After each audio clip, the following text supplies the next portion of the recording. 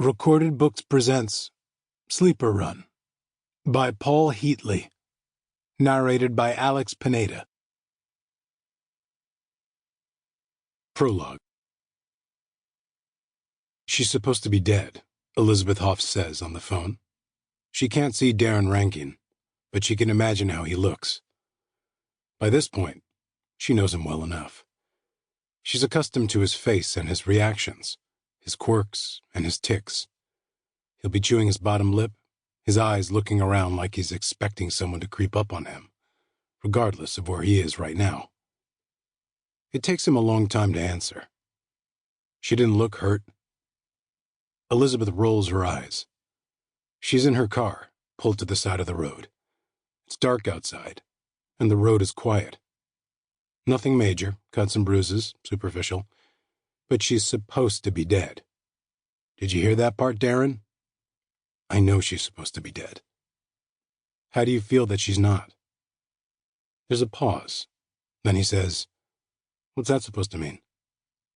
"I'm just curious." There's a longer pause. Then Darren says, I'm conflicted.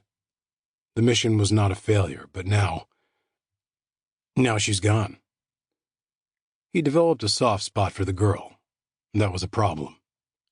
He was starting to see her as a child, and not as an asset. He was starting to see her potentially as a daughter. "Who are the men who have her?" he asks. "How should I know that, Darren? I know as much as you do." Elizabeth sighs hard, down the line, right into his ear. "This was supposed to be the end for me. I was supposed to move on. She should have been incinerated in that explosion." Darren does not say anything to this. Elizabeth imagines him wincing. Instead, "I'm still stuck playing babysitter." "That's not entirely accurate," Darren says. "You're nowhere near her." "Do you think they're going to allow me to move on to anything new while this mess is still running?" Elizabeth can feel her temper flaring, and she takes a moment, inhaling deeply. She's had to work with Darren for too long. Too long. At first, she didn't mind. He was a good agent, but over time something happened to him. He became almost a liability. He didn't do anything wrong, per se, but he became naive and questioning. Everything needed to be spelled out to him. He started spending too much time down in the basement. It appeared to Elizabeth that he started to care, and that was a problem. A big problem. He hasn't said anything since her brief outburst. Elizabeth wonders where he is, if he has reached his hideout or if he's in his car too, still driving to it. She'll know soon enough.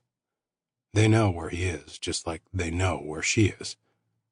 Elizabeth knows she'll see Darren again soon, though he won't necessarily see her. "Do you know how she survived?" Elizabeth says once she's feeling calmer. "No," Darren says. "It seems like she wandered away." Darren is silent. "She wasn't programmed to wander away." "No," Darren says. "It's unlikely that there was a problem with her programming," Elizabeth says. "She is the Prime, after all, and none of the others have experienced any issues." "I don't know," Darren says. But there's a pause before he says it, and Elizabeth doesn't like it. She already has her suspicions. Maybe she was stronger-willed than we realized. They have to be strong to be the Prime. "It's happened before," Elizabeth says, "but not since the first sleeper. Even then, hers was only truly broken because of her handler. We haven't had an issue like that since." Darren clears his throat. He changes the subject. "Where are you going to go?"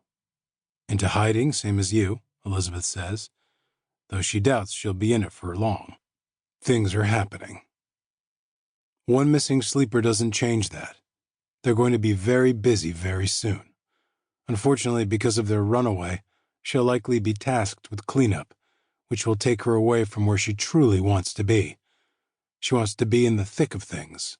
The death of the president is because of her hard work, her sacrifices, her charge.